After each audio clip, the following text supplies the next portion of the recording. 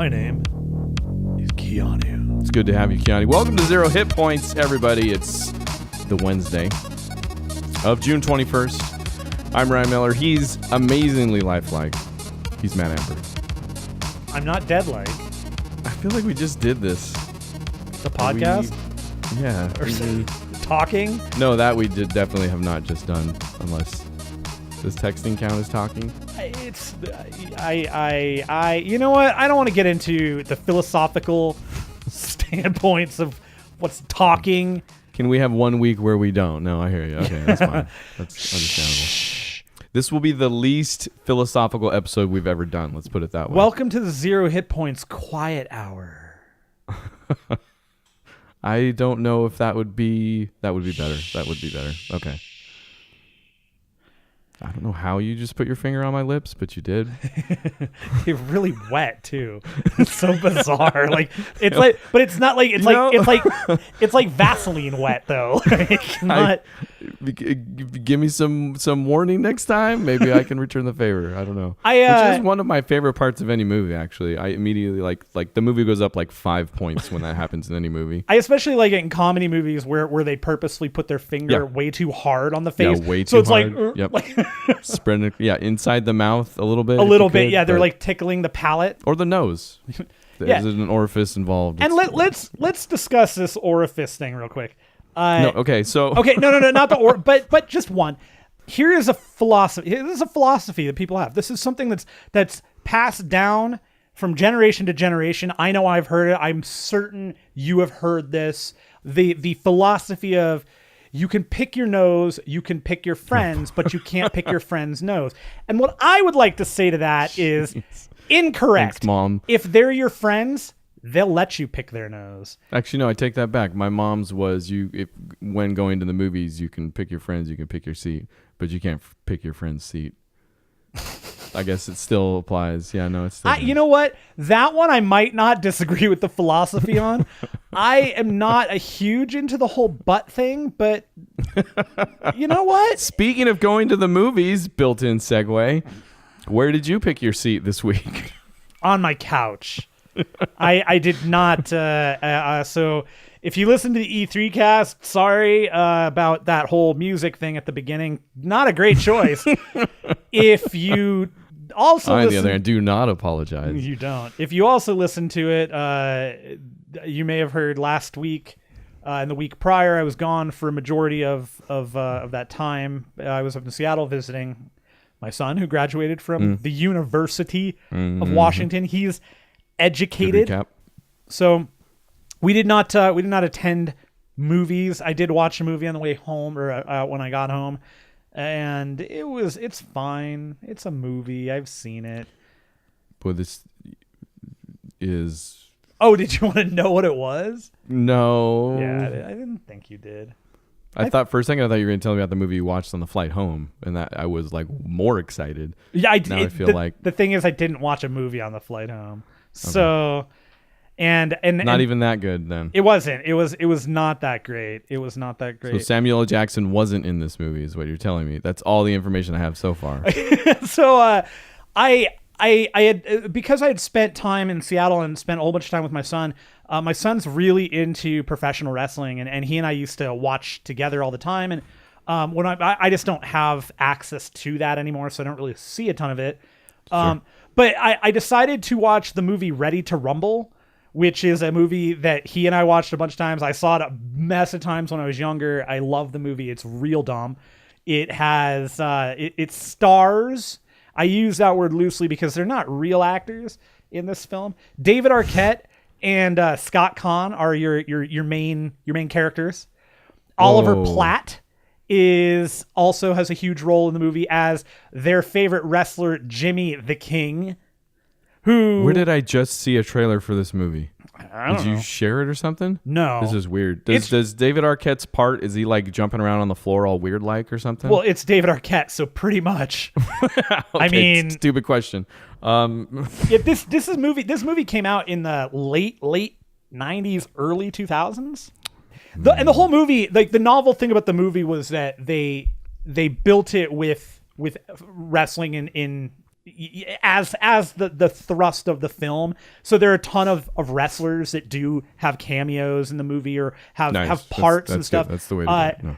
A non-wrestler that's in the movie that cracks me up, and I totally forgot he was in the movie altogether, was Joe Pantoliano, who I think is always wonderful. Who doesn't love Joey Pants? Joey Pants. And one of the Not things... like this.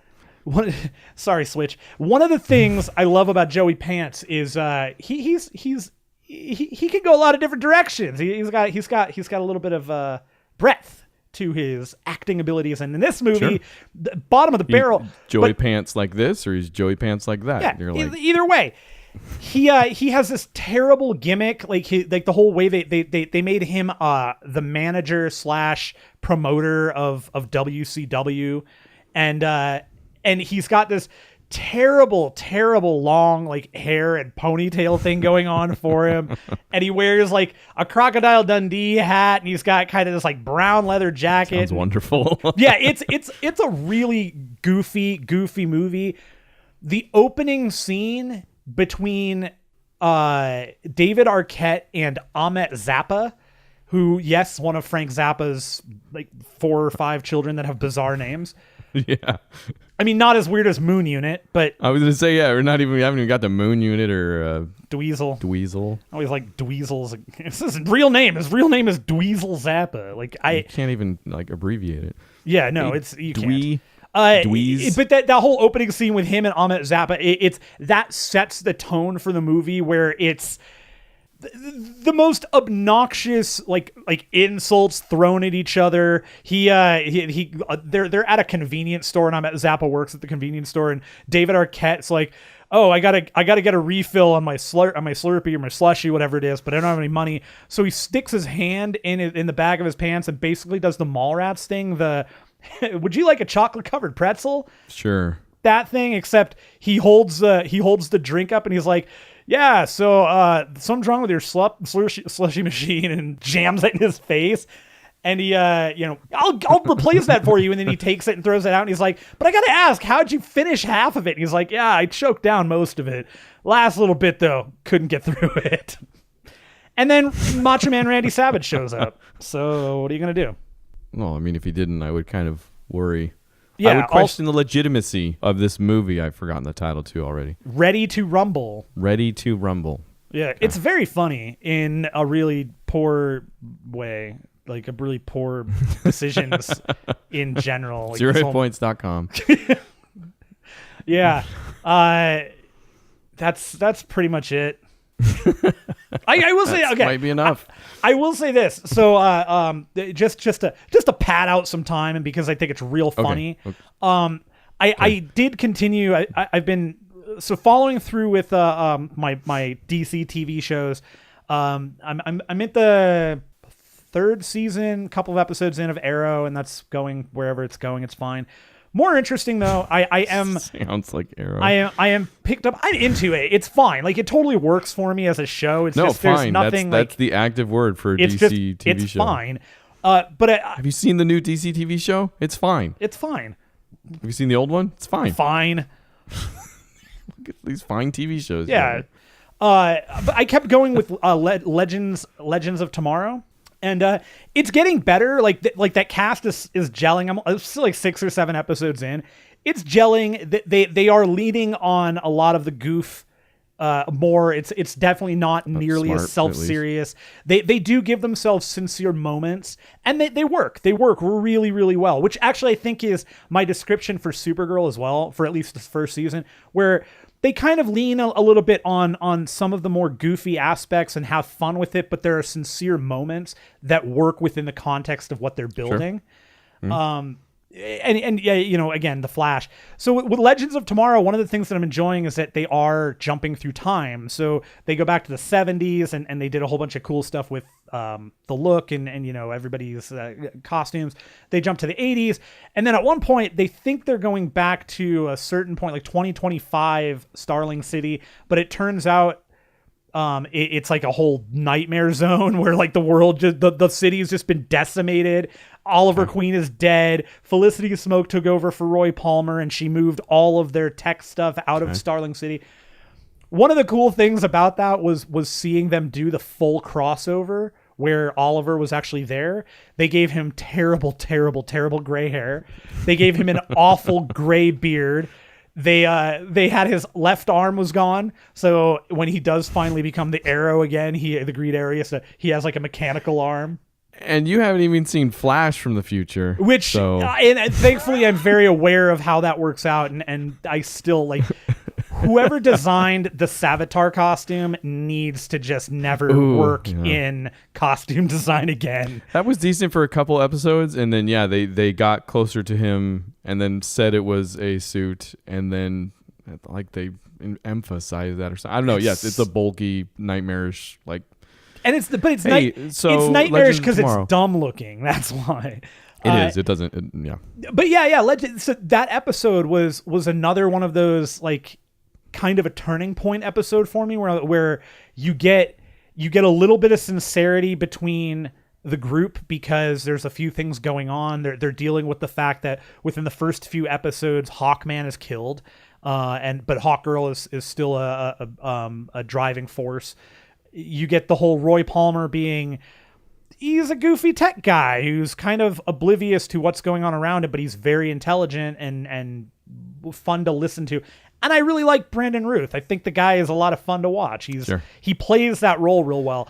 That role, yes, was way more made for him, I think, than Superman for sure. Yeah, maybe anything else. And then you do get a whole bunch of stuff with Rip and Sarah, who is the Sarah from Arrow. She was the original Black Canary, and then there was another great section of back and forth between Captain Cold and Heatwave where those two kind of come to a head, and it was a good episode. It was a real turning point where I was like, okay, you know what? Now I'm gonna. This is all in one episode. Yeah, so now I'm gonna continue on with this and see. Like I've been waiting for that to happen, for something to like really gel everything, and that was the episode. All right. And I, I mentioned this I think a few weeks ago. Same thing happened with Supergirl recently, and so I've been actively watching Supergirl. I'm quite a few episodes in. I have not looked at anything regarding Supergirl like ever really. There was no spoilers for me because it was what it was. I wasn't too interested. Might not be alone on that one. So I was very excited when like 4 or 5 episodes back, there's kind of that hint that one of the characters isn't exactly who he seems to be, the Henshaw character. And his eyes glowed red. And so it's like, okay, it's gotta be Martian Manhunter. It's the only thing that makes sense to me. And they tease it, but only for a few episodes. And then they finally give you the reveal. And the fact that they did the reveal where he looks like Martian Manhunter. Like they took the green, they gave him the cape. Yeah. And I was like, all right, you know what? I'm so sold on that. I was pretty good design on that dude. Yeah. I was super excited. And I really like the guy that's playing him because looking back after it makes perfect sense that he kind of speaks the way he speaks. They must have taken a little bit, if not a lot, from the Justice League cartoons. Because he totally is reminiscent of that Manhunter for me. He's got a good story. Like they put him through something I think that's pretty unique as far as even comic book stories go, where he's not out of the closet as far as being an alien. He works for the DOA, the DEO, the DEO. He was dead on arrival.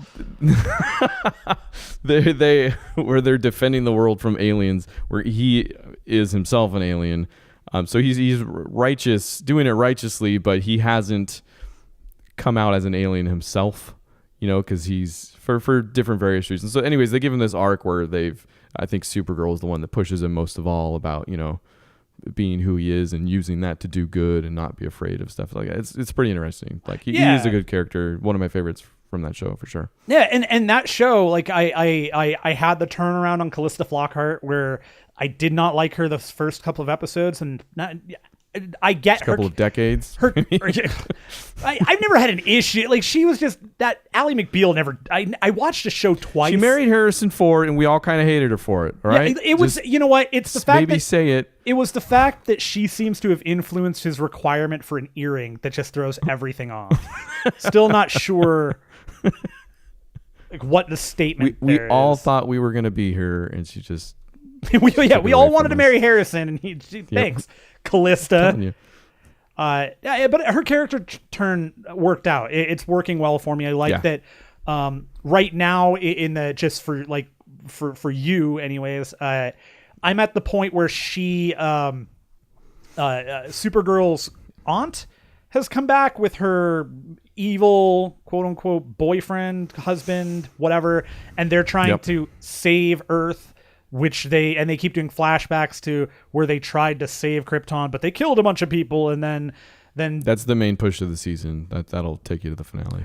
And I'm actually digging it. Like it's good. It's again shockingly working for me because and I think I would have a harder sell for any of this if it was Superman. I think I like that she is there's still the struggle with her coming to grips with who she is, what she can do, what her limitations are, and all that, and at the point I missed that as well from the current season. That's another ball they kind of dropped. They kind of drop. Bummer. Yeah. But it's at the point where Callista Flockhart's character is certain that she's Supergirl, but doesn't have actual proof, and is trying to back her into a corner to make her prove that she's Supergirl. So right, gotcha. Yeah, it's really good, man. It's fine. It's really fine. It's as far as TV goes, it's on it. That's it. That's all I got. Well, I've got 2 weeks worth of movies just pent up for you, most of which are also fine. So don't even worry about it. I'm great. Let's get on with this fine set of films. When browsing through Netflix, how many times have you waited for a second on a Netflix original called Spectral? 0 to 1 times. That's. I think, you know what? I think you're right. Somewhere in between. So it's got a cool look to it. It's a future war, and there's these spectral images, which are actually people, like ghosts that are killing people. So it's about this guy that's, works in a lab somewhere, but they put him out on the field, and he kind of, helps them solve the issue. And the general conceit of it, like the way they unfold all that premise, is actually good. Like I mean, the whole thing is fine. But that storyline remains interesting throughout. Sure. I think it helped me realize overall about even just Netflix originals, because I think Netflix is doing like lots of cool stuff for sure. Mm-hmm. And you see these movies come out, especially the Netflix original movies that have this kind of look to them, where they are kind of immediately arresting. Like they know how to do digital in a way that's like, oh, that looks AAA or big budget, until you dig into it a little bit more, and then you kind of see how it's not really. Basically, they're still made for TV movies. They just look better than you might see on TV. A made for TV movie. They're like made for sci-fi. They're made for Netflix movies. That should be. You're not wrong. They just switch some words around. Yeah, that's all it is. It's still good, but it's totally that caliber. Like the weakest part of that thing is where it also gets the weirdest. There's an end of second act reveal where they're moving into the third. They're kind of setting up how they're going to solve this whole thing, but it is so amazingly re-edited and dubbed that I had to Wikipedia like who owned this thing first. And Paramount, I think it was some studio, I'm pretty sure it was Paramount, totally owned it first, and after completing it, passed on releasing it, is basically what happened. So alrighty. Netflix picked it up, and this must have been where they did all the work, because like I said, it's pretty passable. Like, it's totally worth a watch. They do some good stuff with it, but man, you can see where they must have just reworked the thing like nothing else, because there's moments where the dubbing is not lip synced at all, but they always cut those scenes real quick, so right when you're like, he's not actually saying, I mean, you can, do you have the ear where you can tell when the words that are being spoken have not come from that room where they're at right now. Oh yeah, for sure. You got that? No, Yeah. there are definitely times, like not every time, but there are plenty of times when I'm like, that like you can almost tell they're in a sound booth. You know, Yeah. like it's just absolutely. Yeah. it's You know, just, they've tried to recreate it, but they just can't get it perfect. Yeah. Like, that happens for sure. But then also it doesn't sync right, and then they cut. This is the other trick: is cut the clip before they're done talking, before it gets too bad. So it kind of still looks like it, but you have this pivotal moment in this movie where they're trying to explain their plan of attack, and also a little bit of the, you know, it's where he figures out how to fight the menace.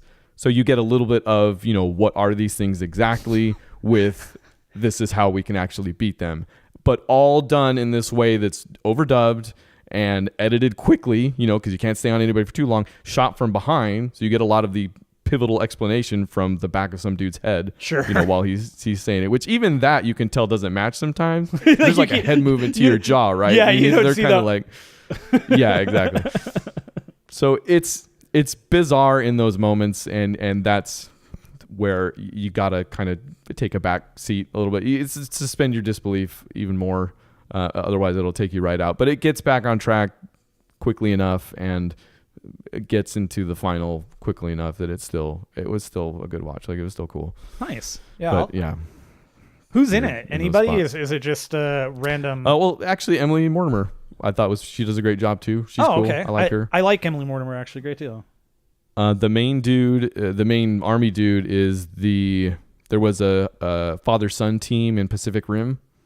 Yeah. The he was the dad. Yeah, Striker Eureka. I'm trying to remember. Were they the Australians? They were the Australians, right? They might have been Australian-y. I think they were the Aussies. I think so. Because he's the one that survives anymore at the end, because he can't go. His son has to go. Correct. His son. Yeah. I like that guy too. That guy was one of my favorite characters in that movie. He does a good job here. Like, totally cool. And I think there's one other guy. The main dude, the lab guy, like he's not a known, but it's fine. It's cool.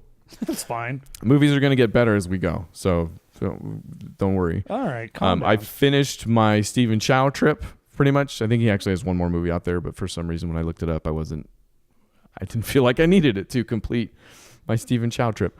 He did a Journey to the West movie. Actually, I didn't know until I got back into this thing. I looked him up again. Journey to the West, Conquering the Demons. Sure. Subtitle. Yeah. And it's this journey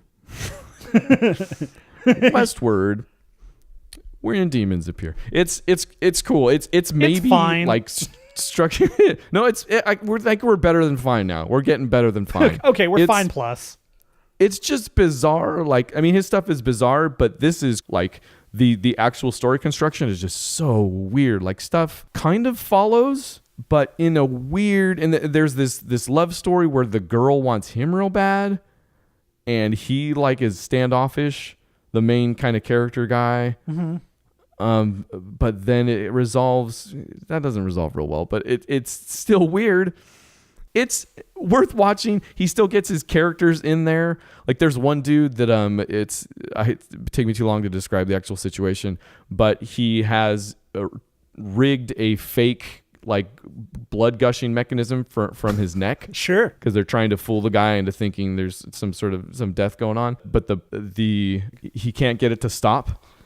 So there's these like serious conversations where he's just like, you know, he's just literally explaining stuff, having this normal conversation with his neck spurt just going blood. Like nuts. Yeah. It's really well. It might be my favorite part of the movie actually, but it totally lands.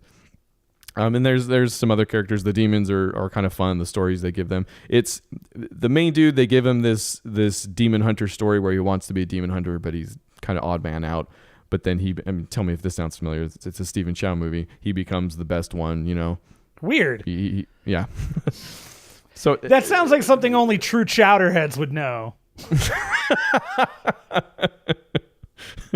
Fair. Or if they had recently watched a lot of his movies. I don't know. That's in there, and it's done well. It's just, the ending is really good too, how it comes together. The fight scenes are cool. You know, Looney Tunes, again, we've said it a zillion times. It's just so structurally weird that it takes a minute a lot of the times to kind of reposition yourself almost when you're watching. Yeah, it's a fun one. Sure. All right. Sounds fine. Getting better. Ready? You'll love this one even better too. Have you seen? I don't think it's a Netflix original, but this is where we watched it. It's called Casting By. Casting by?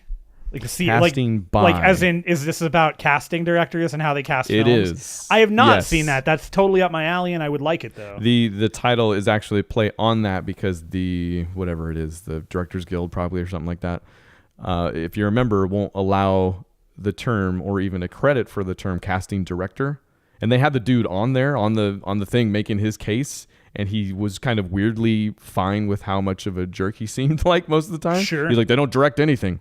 We're not going to call them directors because they don't direct anything. And then the whole movie is basically proving him tremendously wrong. Those but are it's my largely favorite about kinds of one movies. girl. Yeah, no, it's good. It's actually really good. It's largely about Marion Doherty. Oh yeah. Yeah. Okay. You know, so it's, if you've watched enough movies and paid attention to credits like I have, I legitimately cannot tell you a movie she's cast right now. I've seen the name for my entire life. nobody in this world has not seen a movie casted by her. Let's put it that way, or a TV show maybe, and Right. it goes back to the beginning. It follows her through her career, which is amazing. Did Like she it's cast- intensely interesting. This is a legitimate question. Did she cast Happy Days? That did not come up in the documentary. I'm real which curious. I feel like probably would have. I would But, imagine. no, she Naked City, I think, was one. Sure. She started out on stage, basically doing the casting there, and kind of brought her brand. Like, she was the girl that figured out casting for chemistry, casting against type. I think she kind of pioneered as well, because she's coming up during the studio system, right? So a lot of this didn't exist at all. Jeez. Because studios just brought their players in, they stars had contracts with the studios. She came up kind of as that was dying and just pioneered. Like, it's largely about casting directors or the profession, but it has to be about her at some point, and is largely. Did she cast Happy Days, Matthew? She didn't. She cast. Well, I don't know. She cast so much great stuff though. Slaughterhouse-5, The Last American Hero, Lenny, Day of the Locust, The Bad News Bears and Breaking Training, which was my favorite of the two, actually. Escape from Alcatraz, The World According to Garp, Man with Two Brains, Lady That's Hawk, in there. European Vacation, Lethal Weapon, Lost Boys, Funny Farm, Clean and Sober, Batman, Yeah, that's in there. Joe versus the Volcano. It's Gremlins 2. We could go on forever, seriously, but it's the documentary It's great. itself it's not like an Earl Morris thing, where like this is like just hard art, but it's super interesting and still well done and well constructed enough that you innately understand how the story of casting directors is her story still. That's awesome. Like it's put together really well in a way that makes you understand the history and also her life. That you don't feel like it's just about her so much, but you understand why she's a huge part of it. It's super good. Yeah, you will absolutely love it. Yeah, There's that's no totally chance you something. Yeah, that's right up my alley. wouldn't. And then finally, Sounds like it's gonna be fine. I watched a movie called Boss Baby. What is your opinion of that movie, just from what you know so far? Boss Baby? Yeah. Oh, I What don't. is it- Just based on the title, I was like, "Oh, this can't be good." It seems like the stupidest thing, right? Like the dumbest kid movie that's got the hook, and it's just going to be stupid Boss Baby jokes for the whole movie, right? Immediately what it conjures up, right? Basically, yes. That's what it did for me anyways. That movie is not just good coming from what I expected it to be. That's a fantastic movie. All right. I'm talking like, I don't use this loosely. We can say maybe, no, not even bottom tier, mid to top tier Pixar. All right. The humor isn't insulting like you'd expect. Well, I'm it's not- good. definitely Alec not interested Baldwin. now. I mean, I'm an Alec Baldwin fan, so I guess, I don't know, that could turn you off pretty well if you're not. Turns me on. It's a story about a kid coming to terms with a new baby brother, basically. It's also a story coming to terms with the line between reality and imagination. The main kid, the older kid, has a active imagination. Whenever his imagination has taken over, It's done in this style that is reminiscent of one of my favorite Disney cartoons, if you've ever seen it, called A Cowboy Needs a Horse. God, that does not sound familiar to me. I think I saw it maybe twice when I was growing up, at the most. I want to say it was just once, probably, and it stuck with me. Like, I have no reason why, but Sure. it's very, very 50s. Like, the whole thing is done in kind of a flat, not necessarily paper cutout, but really Art Deco looking kind of. It's one of my favorites. It's really cool. Sure. I'm gonna share it later, actually, for sure. All right. But this is kind of a, super HD, beautiful version of that. When his imagination is kind of taking control, but also it's a thing that carries throughout. It's just there's more of a stark difference when his imagination is out of control. It's so good though. The story itself is done so well. It keeps it light. It's a good premise altogether. There are questions that they don't answer, which I love, because when when posing that question between imagination and reality, it sucks when at the end you answer the question like somebody wakes up and you're like, oh, it was all a dream. Right. That sucks. When you kind of leave stuff open-ended at the end, you're like, well, was the baby actually talking? Did they actually go to Las Vegas? We're talking about, I don't know, a 5-year-old and an infant here. It's really good, man. It's really weird. Man. I'm saying that. You are. But it is. And I'm hearing you say it, and I'm still not sure that I'm hearing it.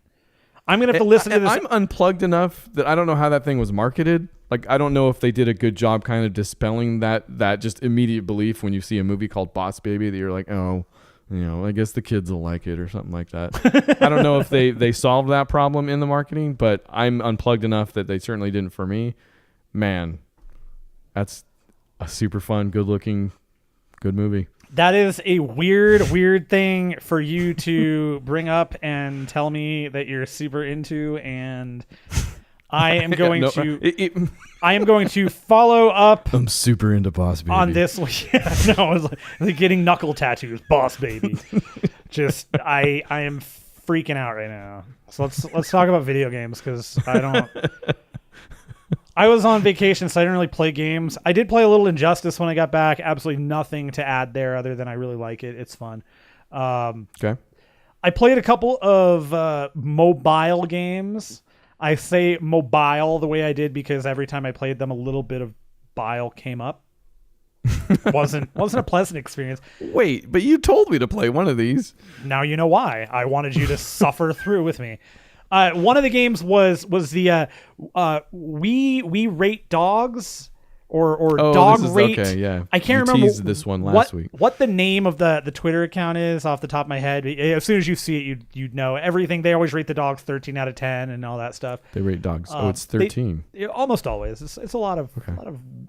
I didn't know. Always out of 10, but usually more. They usually score outside of the. I guess if it's a really good dog. It's what, all dogs are good dogs. That's the thing. That's the argument they make, is that there is no such thing as a bad dog, and I agree with them.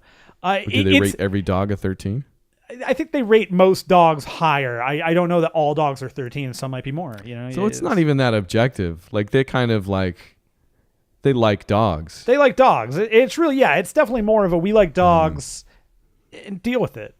And this game is similar in that you like dogs, so you play it, or you don't, and you don't. I don't know what you do with it.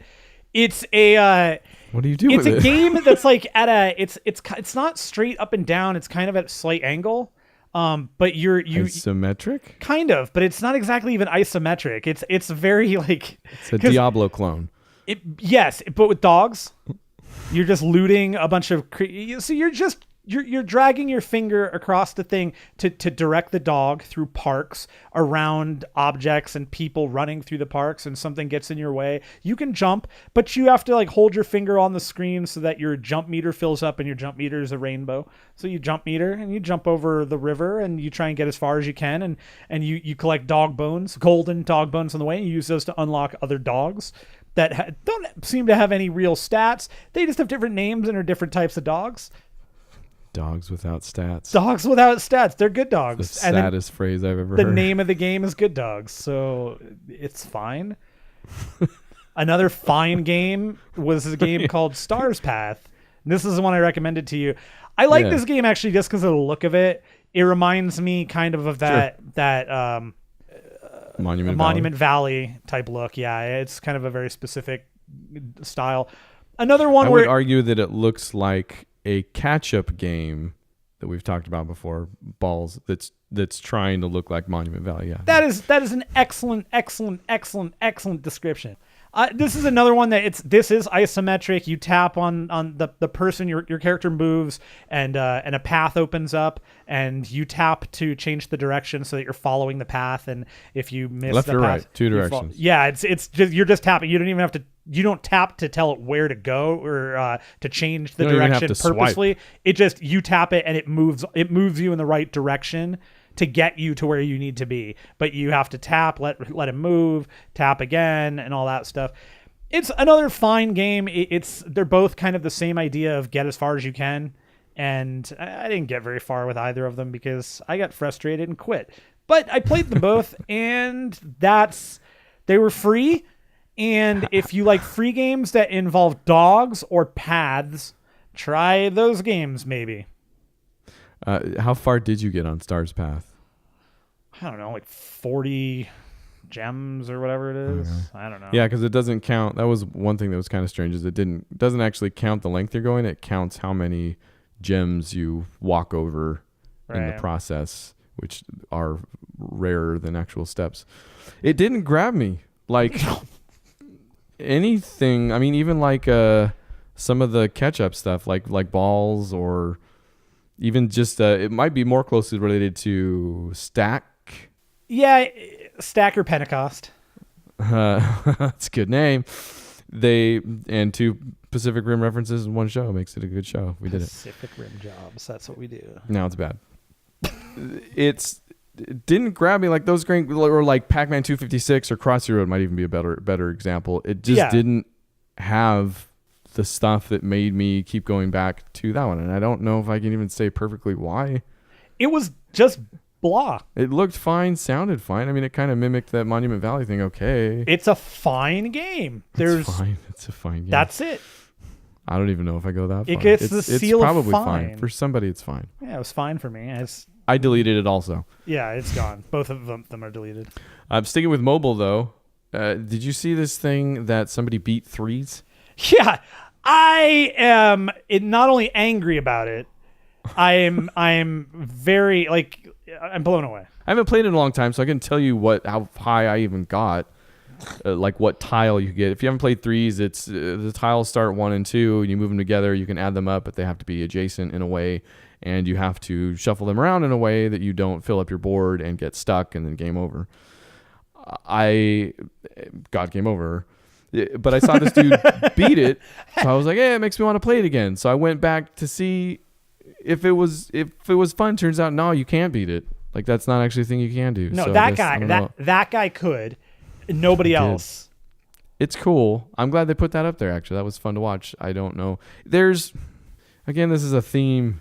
There's like a level to games where I kind of check out. Like they're like, okay, you got this far, and even if I had fun to it, they're like, if you're gonna go much farther, you're gonna actually have to figure out. Like it's like a Rubik's Cube, but if somebody like really mixes it up and they're like, okay, now you actually have to figure out like what moves help you put stuff in the right place, then I'm like, right, you gotta start doing math and geometry, and like you have to look at all the tiles and go, okay, if I move this one, that one's gonna fall, but that one's also gonna get. Yeah, you know what? That's not a game to me. That's schoolwork. It's like the deep game. Yeah, like the deep state. If it's the thing that developers use to scare you into submission. Yeah. Well, and it's working. I'm scared. It did work. I didn't play it for much longer. I still like the game. You got so scared you changed to a totally different game. I did, which yes was Gears of War 4. So arguably the same amount of head bashing into a monitor either way.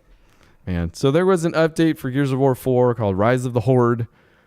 It added a bunch of stuff. It's the biggest update the game's ever had, etc. Any more Run the Jewel stuff? No. Somehow. But the update came with a bunch of new cards. All the cards can go up to level 6 now. They've introduced some bonuses when you get to certain levels. You could also get drops from the bosses in Horde mode now. They've added 2 new difficulties. One, more than insane, called Inconceivable. Then Iron Man, which you just kind of toggle on for any difficulty, but that's the mode that a lot of games have done where you die and it's over. You start over. There's no dying. You can't have a mode called Inconceivable where upon clicking that mode, it doesn't scream out some line from Princess Bride. Any line. It could be any line. There's no great reference to the movie anywhere. That his picture doesn't show up. There wasn't a cool meme that they made on the marketing Twitter account even. Yeah, I know, right?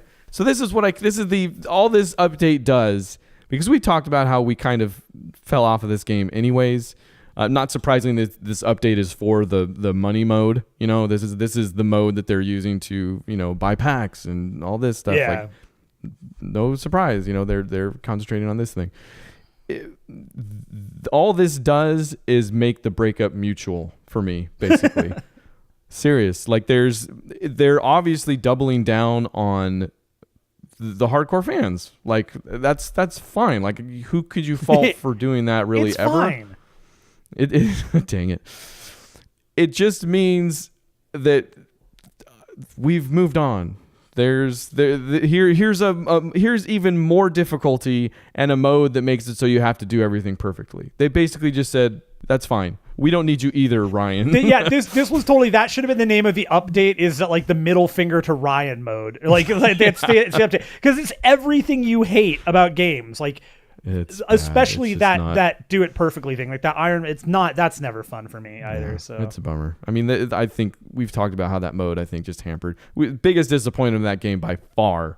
I'll still say the campaign was pretty good, actually. It was I had a lot of fun with it. But Horde mode, man, what a bummer. What a bummer. Yeah. And again, and coming back, that was another one that coming back from PAX, I was super high on that. Like I really enjoyed that mode that time, and it just did not pan out in the way I had hoped. So here's more of that for you. Cool.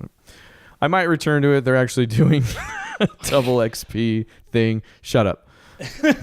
Well, actually, what I did with it is because it's mindless. So when I had to watch all the E3 press conferences, I was like, I guess I can grind out some XP. So the gears were just going in the background while I was watching all the press conferences for E3. Smart. Great. Smart. Good use of time.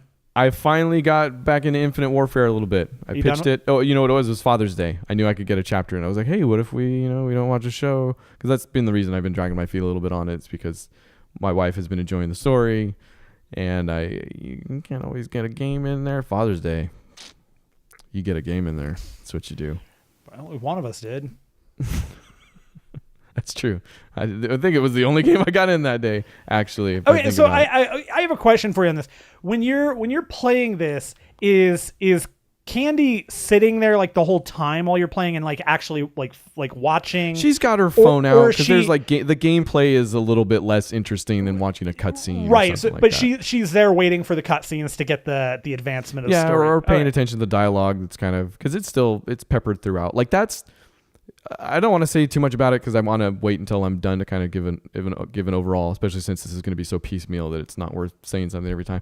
But it is maybe the most fun I've had with a Call of Duty campaign since Modern Warfare 2, maybe, which I haven't played every Call of Duty or anything, so that might not be saying a lot. But they do stuff so well. Like even being gone from it so long, I come back, play just one chapter, and still by the end, I'm like, man, this is still... Every time I'm like, it makes me want to go back and play Advanced Warfare, which is the last one I played before this, because I don't remember anything from that campaign. I'm like, am I just stoked on these things while I play them, and then afterwards I still forget them? Because this one seems super good. I hope I'm not doing the same thing, 3 Call of Duties from now. I remember 2 parts. I remember 2 parts from Advanced Warfare. One part Kevin was Spacey. Yeah, okay. It was 3 parts because I remember that awful ending and like we had that whole thing where he runs away. Oh, I gotta capture that. I'm gonna go. Yeah. I don't want to fight anymore. It's such a slow build. Like, I better get out of here, which has worked for bad guys in the past. You do kind it's of just the way it's animated. It's that you kind of expect that sound effect of from like Looney Tunes when the character's trying to run away but they're stuck in one spot. It's that boom. Yeah. Yeah. We'll come back to it. It does the whole Space Navy thing like really, really well. Maybe it's one of the best Space Navy things ever, like moving that kind of to, fleets in space and stuff like that. Sure. And Star Trek did a little bit too. Yeah. I don't know. Hey, you know what? We'll be back. It's naval lint. And then I finally did, quote unquote, finish Trine 2, which I've mentioned probably 2 shows in a row that it was kind of coming up. I've been trying to figure out where you were going with it. Well, let me tell you. Okay. So there's a lot of stuff that Trine does right, and I might have mentioned it's a 2D side scroller. It's in a fantasy world. You play as 3 characters that you can hot switch between: a mage, a warrior or knight, and a druid. Close. Actually, priest. A stealthy character. It's a lady. An assassin. An assassin. Yeah. And they both have different things to them. You're using them in different ways to solve different puzzles. And the game is very gorgeous most of the time. It does kind of have this fluffy feel to it that I see the other foot and it's climbing, and it's getting ready to just slam down. It gets the sense of adventure right. Like it really does kind of create an atmosphere that's kind of cool and you enjoy being in. Some of the enemy designs are really, really cool. Like the best looking stuff in the game for sure. And then there's this aspect of when you are solving puzzles, they're very kind of manual. Like a lot of them do involve, and maybe part of this is due to the open nature of it. You can solve them in different ways. I chose most often, and it seems like the easiest way to solve them most of the time was by using the mage, because he can create out of thin air 4 different boxes at maximum. And then you can use them as stepping stones, as physics levers, as whatever else, different things. You can do planks too at the same time, so you're moving water. It's fun for a bit, and it's paced really well until you get to, I think, the last level, and then it's just puzzle after puzzle without much combat. The combat's cool because you switch to the knight, and then he just freaking mows through people. It gives a good variety, good pacing.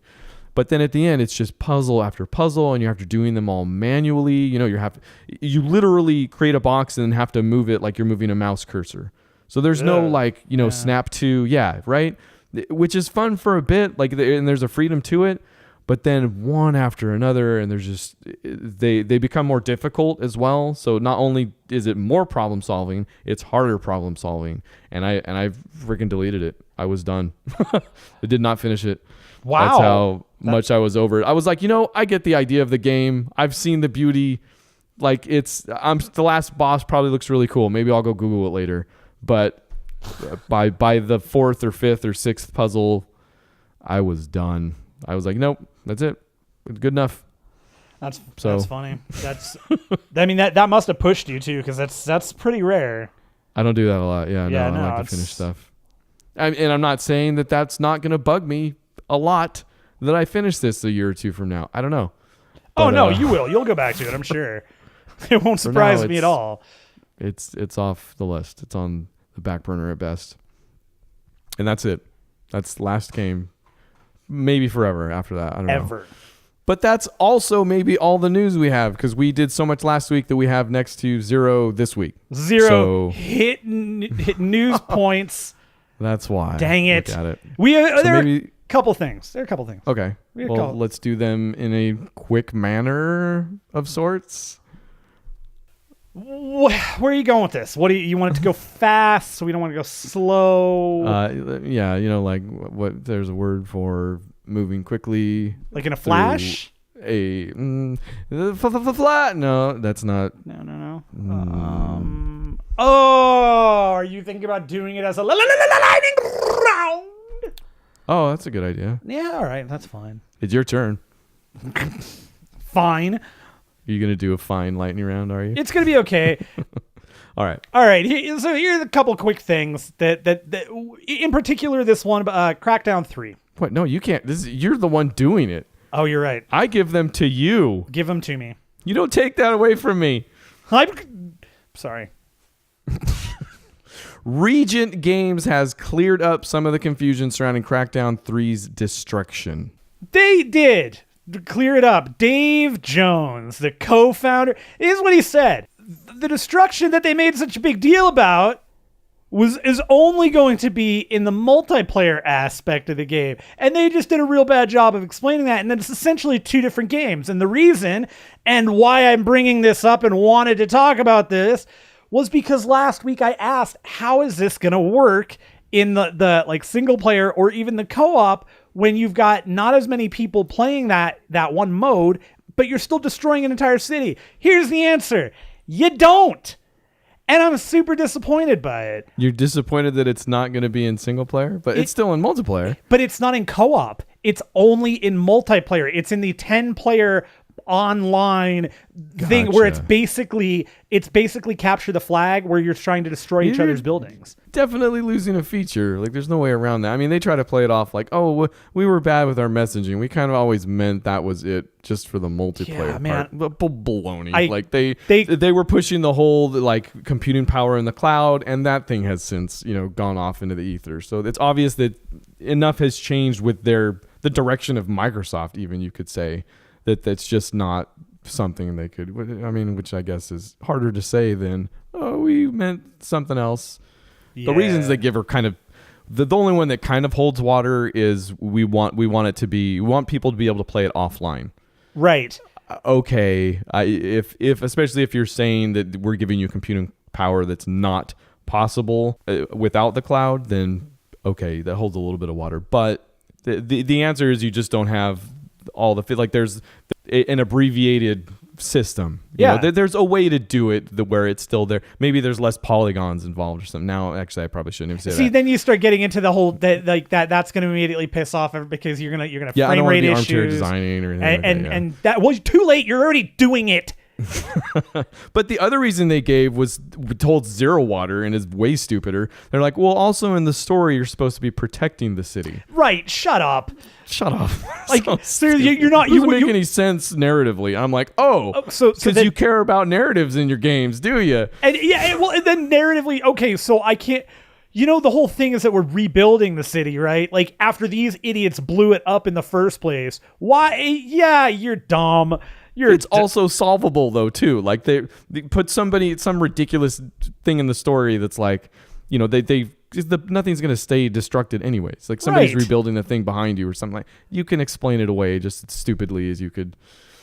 Yeah. So wind, sails, gone, floating, waiting, seeing. Sorry, incorrect. The Project Rap Rabbit Kickstarter from Parappa and Guitar Uman creators has fallen short by about $900,000. Gee. And last but not least, IO Interactive has officially become an independent studio and has retained ownership of the Hitman franchise. They don't need your help. They're an independent studio. Nice. You did probably got everyone right. I'm happy for IO Interactive. That's cool. Thank you. I thought it was pretty cool of me to be happy for them too. I agree. Also, hey, look at that. Perfect segue from the lightning round into upcoming games because Hitman has now gone, I guess, free to play for the first level. Yeah, the prologue is free to play. Give it a shot, man, because that's one where you got your money back because you hated it so bad. And we've gone over this that like now it's at a point where I kind of want to get it again because they fixed all the issues. And there you go. They fixed the price issue too. Yeah. Also, yesterday there was a free update to Friday the 13th. The Gun Media Ilphonic Folk dropped some updates to the game, but also gave everybody a free skin. It looks like it's Jason from the 80s in the Nintendo game. It's all purple and stupid. Dig incoming. Does that update fix all the problems too? You know what? Friday the 13th. I want to play it again. We should play it this week. We should play it this week or maybe next week. Either way, we'll play it. We could do both. Okay. Friday the 23rd. A significantly worse film. If you believe Google, we believed Wikipedia at one point on this game, and we're proven wrong. Yeah, egg But on our Micro face. Machines World Series should be coming out. Fingers are crossed, man. I want Fingers this. are crossed. I want it to be good and fun and good and fun and good fun. Stay tuned for a related stream this week on that thing. I've had this in my back pocket. You're gonna love it. Yeah, give me that look. Tuesday the 27th. Also, Final Fantasy 15's episode Prompto is coming out. Episode Prompto. Promptly. And Danganronpa, another episode. It's in the title. That's what it says. Ultra Despair Girls. Also out on the 27th. Well, I've got to find the previous episodes because I don't know why they're ultra despair. I don't know what the previous episodes. I don't know anything about it. Danganronpa, another episode, is what it says on Wikipedia. So Wikipedia has never led us astray. probably. I like it because it seems like a nickname you give your grandparents, like instead of Ultra Despair Girl. Right? No, yeah. Can we go see Ultra Despair Girls? Yeah, okay. So you want to go see your grandma? Why? Yeah. She's so needy. If you haven't been in the website, it's called 0HITPoints.com. There's tons of stuff there, and is soon to be more stuff there. At one point we talked about splitting the podcast into some sort of movie podcast and video game podcast. Are we still going to do that? I think we're looking at a let's see, what's the date right now? It's June 21st. I said at the top show. Come on. All right, okay. Well, I wasn't here or paying attention. So I'm thinking we're probably somewhere in July, maybe. Oh, okay. Maybe early August. We'll be out of movies by then. You know, I'm going to be trying to play some more Infinite Warfare. I should probably throw another game in there. I am going to, again, and we're going to stream it. I'm going to stream it. You might be there too if everything works out, but yeah. What about Zoidberg? Don't count on it. No, and then we're going to stream tomorrow. Oh. I was talking about a different one. Don't worry. Okay. At 7 p.m., like we used to weeks ago, if you remember that far back. Do we know what game we're into? I don't know. I was thinking either maybe Killing Floor or possibly we got that. Right. Friday the 13th. Anything with blood, basically. Yeah, I'm looking to kill things and or die from things. Fair. All right. So that'll happen, and everything will be right and back to normal in the world. It'll be wholly wrong.